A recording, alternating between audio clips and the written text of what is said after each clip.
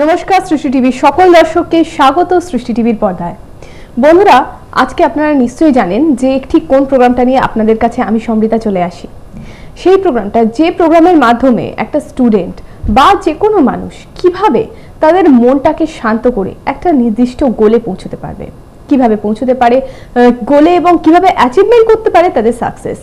একদম ঠিক ধরেছেন বন্ধুরা, আমরা চলে এসেছি মাইন্ড ট্রেনিং ফর স্টুডেন্টস এই প্রোগ্রামে। আমাদের সঙ্গে রয়েছেন অবধূতদা। স্বাগত জানিয়ে শুরু করব আজকের অনুষ্ঠান। নমস্কার অবধূতদা। নমস্কার অবধূতদা, এখানে আমরা তো প্রত্যেক শনিবারই চলে আসি প্রত্যেকটা দর্শকের কাছে এবং তাদেরকে বোঝানো হয় যে মাইন্ড ট্রেনিং এর মাধ্যমে একটা মানুষ কিভাবে তার গোলটাকে স্থির করতে পারে বা কিভাবে তাদের অ্যাচিভমেন্ট করতে পারে লাইফে।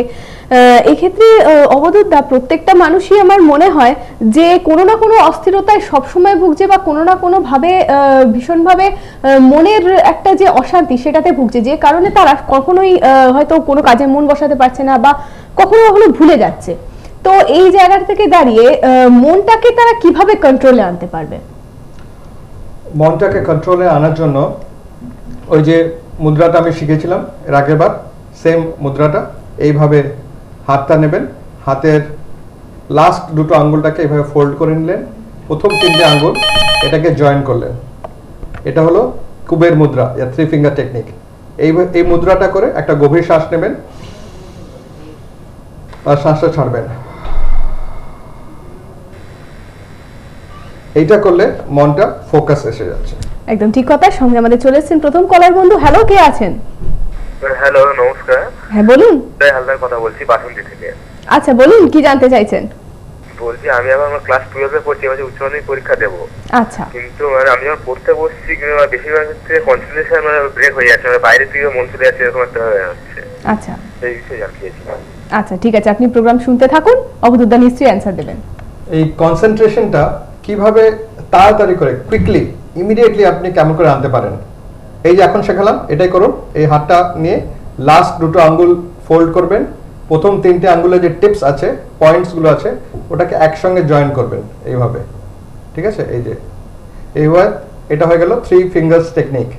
এইটা করবেন, করে চোখ বন্ধ করে একটা গভীর শ্বাস নেবেন আর শ্বাসটা ছাড়বেন আস্তে করে।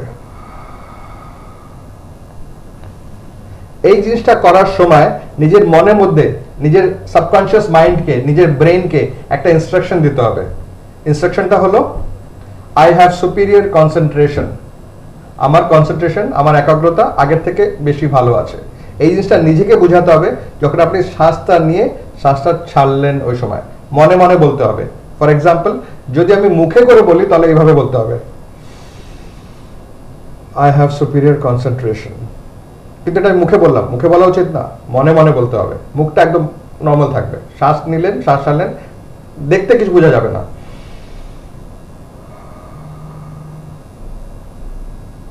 কিন্তু মনে মনে আমি বলে দিয়েছি, কি বললাম, আই হ্যাভ সুপিরিয়র কনসেন্ট্রেশন, আমার একাগ্রতা আগের থেকে বেশি ভালো।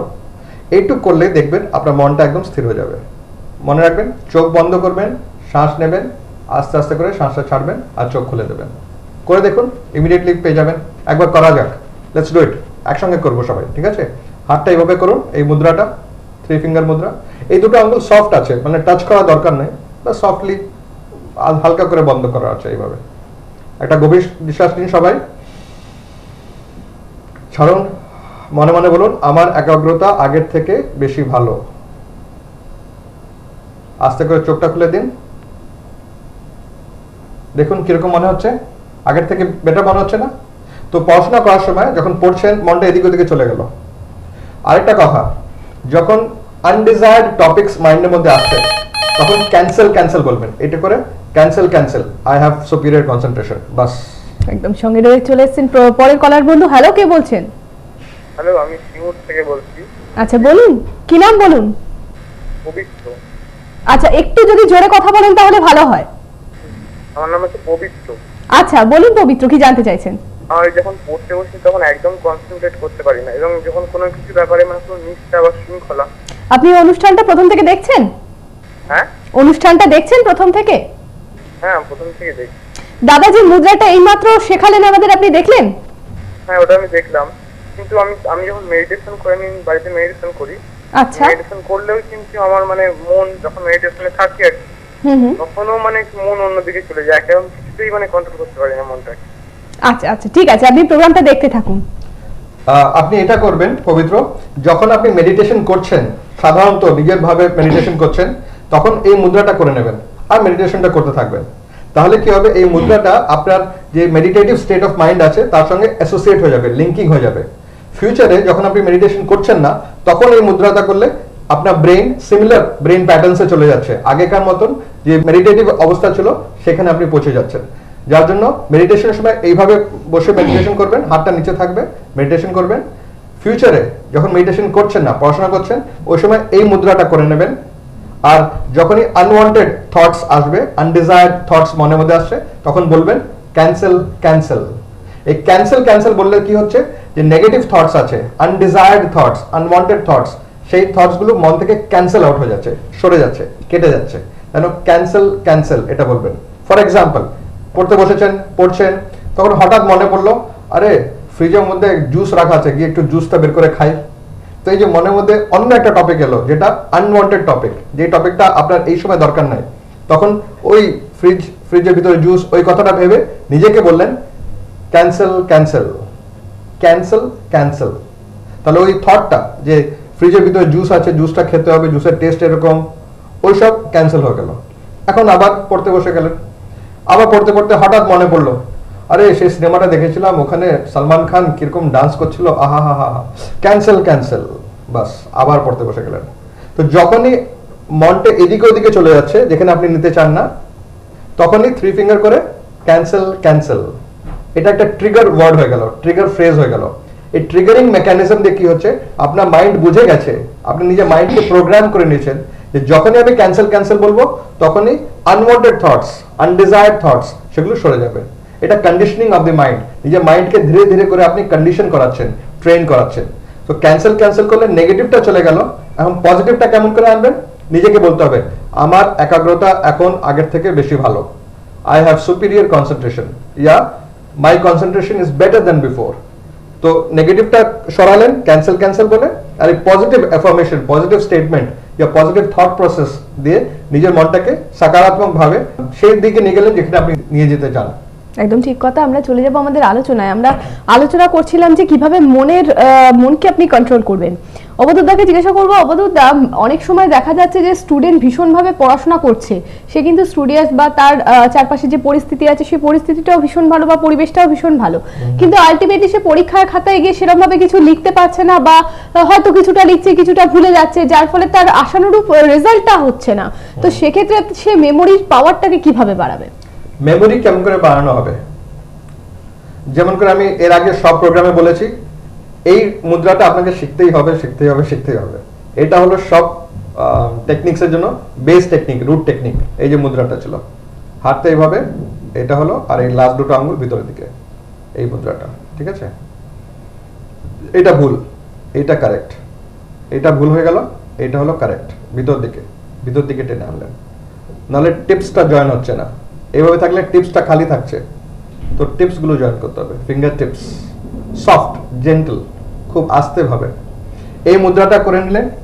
যখন পড়তে বসেছেন, পড়াশোনা করছেন, পড়াশোনা করার সময় এই মুদ্রাটা হাতে রাখবেন আর পড়বেন, যা পড়ছেন পড়তে থাকবেন, এইটাও সাথে সাথে থাকবে, হাতটা নিচে আছে, নর্মাল আছে, আর আপনি পড়ছেন।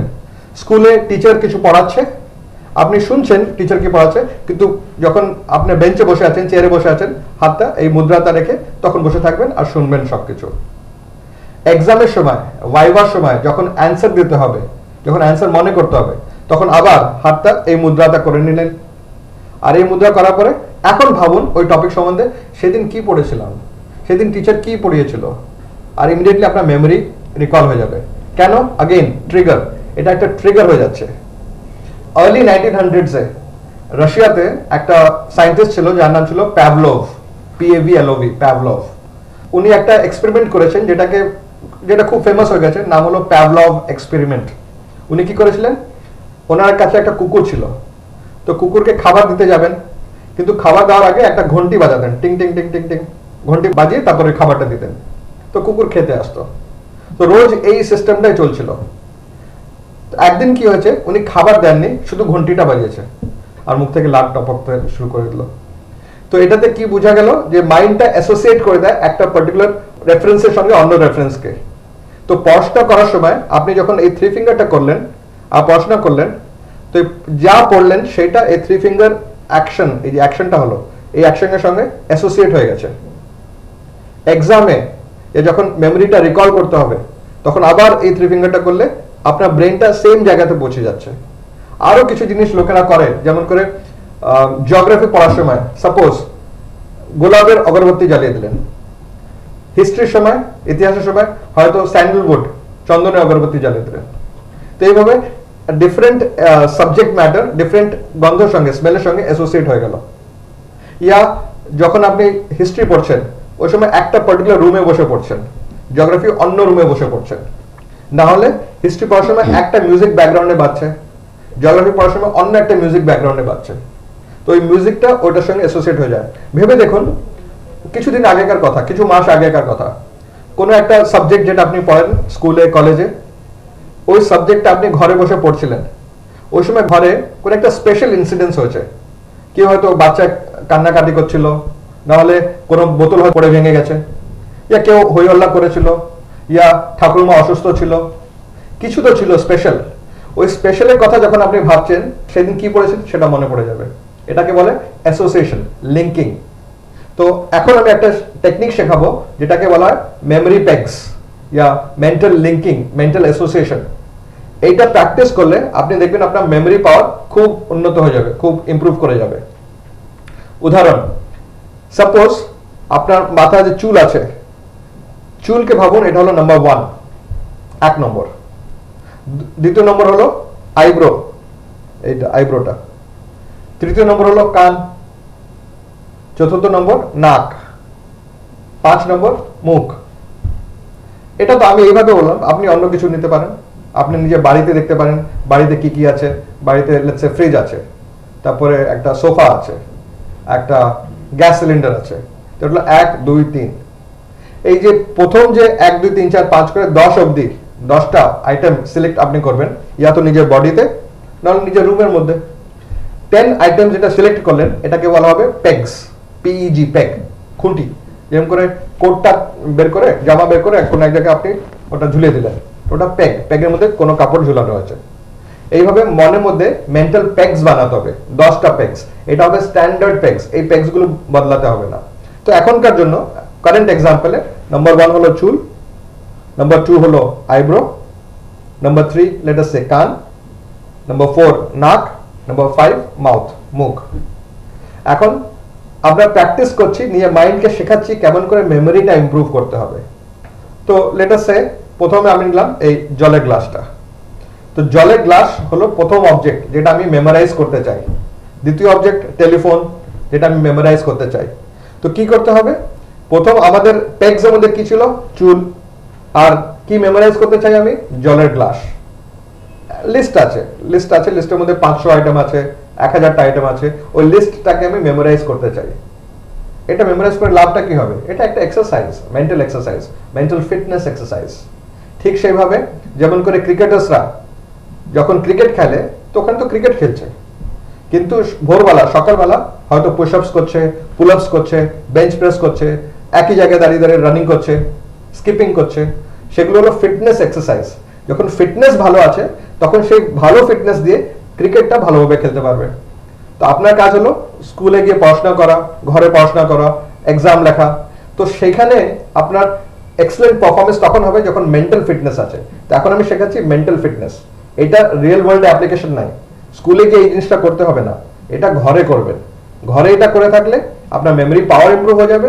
ওই ইমপ্রুভ মেমোরি দিয়ে স্কুলে যখন পড়াশোনা করছেন, টিউশনে যখন পড়াশোনা করছেন, এক্সাম যখন লিখছেন, ভাইভাতে যখন কোশ্চেন অ্যান্সার করছেন, তখন আপনার পারফরমেন্সটা বেটার হবে। মনে রাখবেন, স্কুলে গিয়ে এই জিনিসটা করবেন না, এটা শুধু ঘরে বসে পার্সোনাল প্র্যাকটিসের জন্য, পার্সোনাল মেন্টাল ফিটনেস ইমপ্রুভ করার জন্য। দেখে নিই কে কল করছে। হ্যালো, কে রয়েছেন সঙ্গে? হ্যালো, হ্যালো, হ্যাঁ বলুন। ধারা বলছি টালিগঞ্জ থেকে। মানে আমি বলতে চাইছি যে আমার প্রচন্ড টেনশন হয়, প্রচন্ড টেনশনে আমি মানে সারা বছর মানে থাকি। আচ্ছা ব্যাপার নিয়ে প্রচুর টেনশন করি আমি। আচ্ছা, মানে Tension free কিভাবে হব? টেনশন ফ্রি কিভাবে সব হবেন এটা মানুষের হচ্ছে ক্ষেত্রেই question। হতে পারে টেনশন প্রচুর। আচ্ছা আচ্ছা, আপনি প্রোগ্রামটা দেখতে থাকুন। একটা উদাহরণ দিন তো, কি টাইপের টেনশন? মানে বাড়ির প্রবলেম থাকে, তারপরে সব দিক দিয়ে একটা চাকরি পাচ্ছি না তার একটা টেনশন, আচ্ছা কোনো কিছু মানে হচ্ছে না সেরকম একটা টেনশন। হ্যাঁ বুঝেছি। আচ্ছা তো টেনশনের জন্য ওই জিনিসটা যেটা একটু আগে শেখালাম, ওই 3 ফিঙ্গার। আপনি হয়তো ভাবেন কি সব কথা তো একই কথা বলে, 3 ফিঙ্গার, শ্বাস নাও, শ্বাস ছাড়ো, ক্যান্সেল করো। আমাদের একটা হাত আছে, দুটো হাত আছে, হাত দিয়ে আমরা কত কিছু করি বলুন? শুধু কি দাঁত মাজি, শুধু কি চুল আঁচড়াই, শুধু কি লিখি, হাত দিয়ে শুধু পেন্টিং করি? হাত দিয়ে তো কত কিছু করা যায় না। হাত একটা, কিন্তু এই একটা হাতের অ্যাপ্লিকেশন ইউসেজ অনেক আছে, আনলিমিটেড ইউসেজ আছে। ঠিক সেইভাবে মাইন্ডের পাওয়ার খুব অনেক স্ট্রং হয়। তো মাইন্ড পাওয়ারের জন্য এই একটা টেকনিক যেটা আমি শিখেছি, 3 ফিঙ্গার, গভীর শ্বাস আর এক্সেল, এই জিনিসটা একটা টেকনিক, কিন্তু এটা অ্যাপ্লিকেশন ওয়াইড রেঞ্জিং, অনেক ডিফারেন্ট জায়গাতে অ্যাপ্লিকেশন আছে। টেনশন আছে, চাকরি পাচ্ছি না, ঘরে কিছু প্রবলেম চলছে, স্বাস্থ্য খারাপ আছে, টাকা পয়সার অসুবিধা আছে, ফ্রেন্ডসের মধ্যে রিলেশনশিপের মধ্যে কিছু অসুবিধা আছে। তো যখন এই নেগেটিভ থট, এটা নেগেটিভ থিঙ্কিং কাকে বলে আর পজিটিভ থিঙ্কিং কাকে বলে? নকারাত্মক সোচ আর সকারাত্মক সোচ। নেগেটিভ নকারাত্মক সেটা হয় যখন আমরা সেই কথাটা ভাবছি যেটা আমি করতে চাই না, আর পজিটিভ থিঙ্কিং সেটা যেটা আমি চাই। এক্সাম্পল, আমি চাই না যে বাচ্চা যে ছুটে যাচ্ছে পড়ে যাক, কিন্তু যদি আমি বাচ্চাটাকে বলি এই ছুটবি না, পড়ে যাবে দেখিস, এই পড়ে যাবি, এই কথা তো আমি চাই না যে পড়ে যাক, তাহলে আমি বললাম কেন পড়ে যাবে? এটা বলা উচিত ছিল না, তার বদলে বলা উচিত ছিল সামনে চলো, যাতে তুমি ঠিক থাকো, সেফ থাকো, ভালো থাকো, স্বাস্থ্যপূর্ণ থাকো। তো সেইটা বলা উচিত যেটা আমি বলতে চাই। কখনো কখনো মা বাবারা বাচ্চাদের বলে এই তুই পড়াশোনা না করলে বড় হয়ে রিক্সা চালাবি। এটা আপনি চান নাকি আপনার বাচ্চা এরকম হোক? তাহলে বলছেন কেন? কেউ খাবার খেলো, খাওয়া পরে জিজ্ঞেস করা হলো কিরকম লাগছে, কিরকম লাগলো খেতে? খারাপ না, মন্দ না। আরে মন্দ না তাহলে কি সেটা বলো না। পজিটিভটা বলতে হবে, পজিটিভ থিঙ্কিং করতে হবে। পজিটিভ মানে আমি যেটা চাই সেই কথা মনের মধ্যে আনবো, সেই কথা মুখে আনবো। তো নেগেটিভ ভাববেন না। তো যখন টেনশন হচ্ছে, টেনশনের যে কারণটা আছে, যে কজ, যে জিনিসটা আপনি চান না কিন্তু সেটা হচ্ছে জীবনে, তখন 3 ফিঙ্গার করবেন, ওই টপিক সম্বন্ধে ভাববেন আর ভেবে বলবেন ক্যান্সেল। এটা মুখ দিয়ে বলতে হবে, ক্যান্সেল। ফর এক্সাম্পল, চাকরি পাচ্ছি না, টাকা পয়সা খুব অসুবিধা চলছে, ওই জিনিসটা ক্যান্সেল, এটা বললে মন থেকে চলে গেল। আবার এলো 2 মিনিট পরে আবার ক্যান্সেল। তার মানে এটা কি পুরো দিন শুধু এটাই বলতে থাকবো ক্যান্সেল? মানে পুরো দিন 200-300 বার বলবো? হ্যাঁ বলুন, কে থামিয়েছে আপনাকে? বলতে থাকুন। একদিন বলুন 300 বার, আরেকদিন বলুন 300 বার, তৃতীয় দিন দেখবেন বলতে হচ্ছে না 300 বার। এই জন্য ততক্ষণের মধ্যে আপনার মাইন্ড শিখে গেছে যে আপনি এন্টারটেইন করছেন না, আপনি নারিশমেন্ট দিচ্ছেন না, আপনি এটাকে সহায় দিচ্ছেন না যে তুমি আসো আর নেগেটিভ কথা আমার কাছে এসে বসে থাকো। আপনি ওটাকে সরিয়ে দিচ্ছেন। আপনাকে ইনসিস্ট করতে হবে, সার্ভাইভাল অফ দ্য ফিটেস্ট। আপনার যদি পজিটিভ থিঙ্কিং ফিট হয় তাহলে নেগেটিভ থিঙ্কিং সরে যাবে। তো টেনশন সরানোর জন্য কি করতে হবে? 3 ফিঙ্গার, ডিপ ব্রেথ, এক্সেল, শ্বাস ছাড়ার সময় ক্যান্সেল। ওই নেগেটিভ থিঙ্কিং সম্বন্ধে ভেবে ক্যান্সেল করে দেবেন। ওই টপিকটা মন থেকে সরে যাবে। এখন ওখানে খালি জায়গা হয়ে গেল মনের মধ্যে, ওটার মধ্যে এখন পজিটিভ জিনিস ভরতে হবে। ফর এক্সাম্পল, চাকরি পাচ্ছি না, চাকরি নাই, কি করব, টাকা পয়সা খুব অসুবিধা চলছে, এই জিনিসটা ক্যান্সেল। পেয়ে যাবো, আমি জানি পেয়ে যাবো, একটু চেষ্টা করতে হবে, পেয়ে যাবো। ঠিক সেইভাবে যখন পাখিরা ঘুম থেকে ওঠে সকালবেলা, ওরা টেনশন করছে না আজকে আমি খাবার পাবো না কিনা, ওরা জানে খাবার আছে, একটু কি খুঁজতে হবে, একটু এফোর্ট করতে হবে, নিজেকে একটু মেহনত করতে হবে, তখন আমি পেয়ে যাবো। আছে এদিকে ওদিকে কোথাও আছে। ঠিক সেইভাবে চাকরি অনেক আছে, আমাকে খুঁজতে হবে না। আমি অনেক দিন ধরে খুঁজছি, অনেক চেষ্টা করছি, কিন্তু আর পাচ্ছি না, তাই না খুব ডিপ্রেস হয়ে যাচ্ছি। তার মানে you have not done enough, আর একটু করতে হবে। কিন্তু কত করব? ততক্ষণ করতে হবে যতক্ষণ আপনি পাবেন না। নেভার গিভ আপ, কখনো হার মানবেন না, আগে বাড়তে থাকবেন, কন্টিনিউয়াসলি আগে বাড়তে থাকবেন। মিনওয়াইল আপনার মাইন্ডকে সাপোর্ট করার জন্য যখনই নেগেটিভ ফিলিংস আসছে, রাগ আসছে, ফ্রাস্ট্রেশন আসছে, চিড়চিড়াপন আসছে, তখন নিজেকে বলবেন ক্যান্সেল। ওই টপিকটা সম্বন্ধে ভেবে তখন বলবেন ক্যান্সেল। তারপরে পজিটিভ দিয়ে রিপ্লেস করে দেবেন। আমার স্বাস্থ্য ভালো হয়ে যাচ্ছে, হচ্ছে, ইমপ্রুভ হয়ে যাব, টাকা পয়সা ঠিক হয়ে যাবে। 3 ফিঙ্গার করে রিলেশনশিপ ভালো হয়ে যাবে, ঘরের সিচুয়েশন হয়ে যাবে, ইমপ্রুভ হয়ে যাবে। কিন্তু দেখতে তো পাচ্ছি না যে হচ্ছে, দেখা তো যাচ্ছে সব খারাপ আছে, তা সত্ত্বেও নিজেকে বলবেন হয়ে যাবে। যদি আপনার টমেটো চাই, টমেটো হলো একদম জুসি লাল রসিলা টমেটো, এইটা চাইতে হলে আপনার কি করতে হবে, আপনাকে একটা শুকনো বীজ নিতে হবে, সেটা মাটিতে রোপণ করতে হবে, তখন জুসি টমেটো আসবে। Exact opposite, think positive then positive will manifest. একদম সঙ্গে রয়েছেন অপর এক কলার বন্ধু, বলুন কে বলছেন? হ্যাঁ আমি কি বলছি? হ্যাঁ, কোথা থেকে বলছেন? হ্যালো বলুন বলুন। হ্যালো, আপনি টিভি সাউন্ডটা মিউট করুন, আমাদের হাতে সময় কিন্তু খুব কম কথা আছে। বলছি, আমি শিবানী ভান্ডারী। হ্যাঁ বলুন। শিবানী ভান্ডারী কথা বলছি। আচ্ছা হ্যাঁ, কথাটা বলছি যে আমি কানে শুনতে পাই। আচ্ছা, আপনি প্রথম থেকে অনুষ্ঠানটা দেখছেন? আমি কানে শুনতে পাই, অথচ কানে যেন কি আটকে আছে। আমি বড্ড ভুলে যাই। মানে এই দুটো জিনিস আপনাদের যে প্রোগ্রামের মধ্যে তিনটা আঙুল একসাথে করে হ্যাঁ ঠিক আছে। দেখছি অনুষ্ঠানে, বসে আছে কথা বলছি, আমি তো কথা বলছি। তারপরে আপনি টিভি সাউন্ডটা আগে মিউট করুন। আচ্ছা আপনি এক করুন, আমার সঙ্গে এসে দেখা করুন। আমার নম্বর এখানে দেখবেন নিচে দেওয়া আছে, আমার অফিস আছে পার্ক সার্কাসে, সেখানে এসে দেখা করুন। আপনাকে আমি মাইন্ড ট্রেনিং করে দেবো, মাইন্ডকে শিখিয়ে দেবো কিভাবে নিজের যে হিয়ারিং পাওয়ার আছে সেটাকে ইমপ্রুভ করা যেতে পারে।